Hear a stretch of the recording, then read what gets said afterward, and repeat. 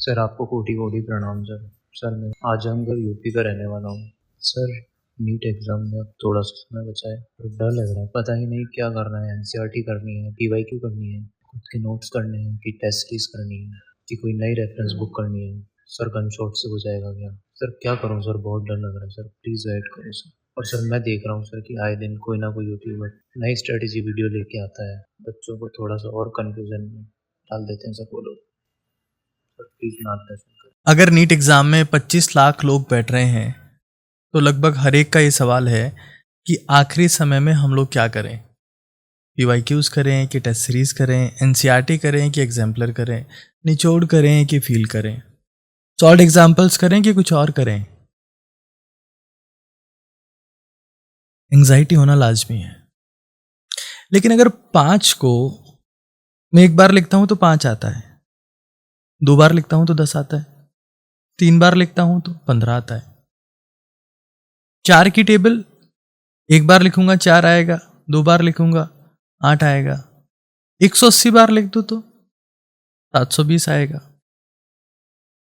It's not about number, बात number की नहीं है, बात मल्टीप्लाई की है। कोई सा भी एग्जाम हो दुनिया का, it's not about resources, it's all about multiple repetition, पुनरावृत्ति, कि कितनी बार आपने चीजों को रिपीट किया। दुनिया के हर एक एंट्रेंस एग्जाम में एक ही लॉ एप्लीकेबल होता है और उसका नाम है लॉ ऑफ मल्टीपल रिपीटेशन। चीजें चाहे कोई भी हो, आपने कितनी बार रिपीट किया, सारा खेल उसका है।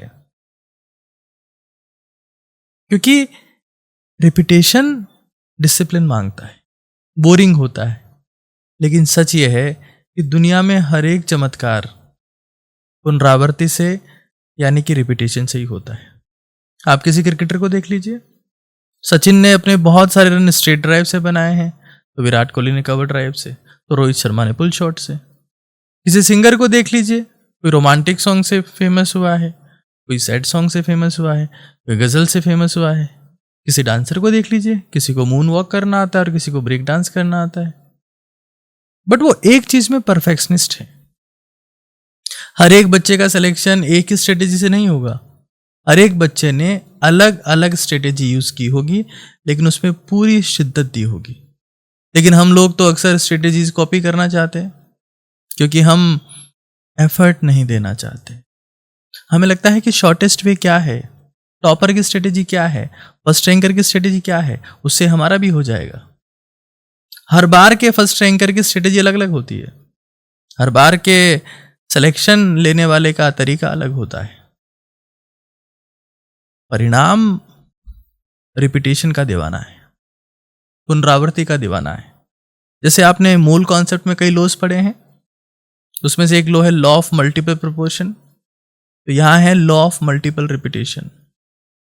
कुछ भी करिए, लेकिन दिक्कत की बात यह है कि आज के समय में कई लोग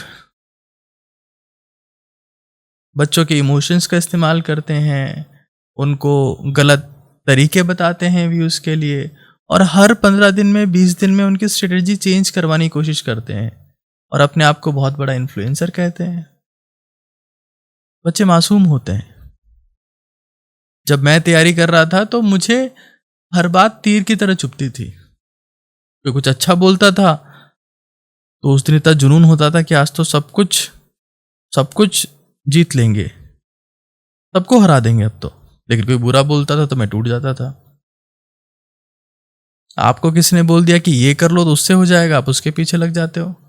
फिर 3 दिन बाद कोई दूसरा आता है, वो कहता है नहीं नहीं उसको छोड़ो, ये करो इससे होगा, और हर दिन हम भटकते रहते हैं, ड्रिफ्ट वेलोसिटी में चले जाते हैं। हम मूव तो कर रहे हैं लेकिन हर दिन अलग दिशा में, और उसका वेक्टर सम जब निकालेंगे नेट प्रोडक्ट तो 0 आएगा, कोई इंप्रूवमेंट ही नहीं आया। एक चीज पर काम करो। मेरे एक सीनियर थे, उनका 7 से 8 ड्रॉप लेने के बाद सिलेक्शन हुआ। जब वो कॉलेज में आए तो उनके 2 बच्चे भी थे। उन्होंने कहा कि मैंने इस बार अपने आखिरी समय को वेस्ट नहीं होने दिया, जो मैं हर साल कर दे रहा था एंजाइटी की वजह से, अपने इमोशंस को कंट्रोल ना करवाने की वजह से। इस बार मैंने नहीं होने दिया और 10 सालों के PYQs को 10 बार किया, शिद्दत से किया। तो PYQs हो, कोई टेस्ट सीरीज हो, NCERT हो, निचोड़ हो, एग्जाम्पलर हो, कुछ भी हो, जहां समर्पण है, जहां पुनरावृत्ति है, जहां रिपीटेशन है, वहां परिणाम है। भटकते रहोगे तो अटकते रहोगे और अपने पेरेंट्स की नज़रों में खटकते रहोगे। लेकिन किसी एक चीज पर फोकस्ड हो जाओगे तो तीर की तरह निकल जाओगे। और मैं सभी जितने भी लोग आज YouTube पर हैं और उनको लोग सुनते हैं, उनकी बात मानते हैं, उनसे ये विनती करूंगा कि हर दिन नई स्ट्रेटेजी मत दीजिए। Let them focus, they trust you, उनका भरोसा मत तोड़िए। आप ही तो हैं भारत के निर्माता और आप ही हर दिन उनका मनोबल तोड़ देते हैं, हर दिन स्टाइल चेंज कर देते हैं। ये गलत है। लॉ ऑफ मल्टीपल रिपीटेशन, 2 को 360 बार रिपीट कर दीजिए, 720 आता है। 8 को 90 टाइम्स रिपीट कर दीजिए, 720 आता है। Repeat repeat and repeat, just focus on one thing. चाहे लोग कुछ भी कहें, तो one thing is enough. Dhoni ने बहुत सारे हेलीकॉप्टर शॉट से बनाए, वन थिंग, तो वन थिंग इज एवरीथिंग।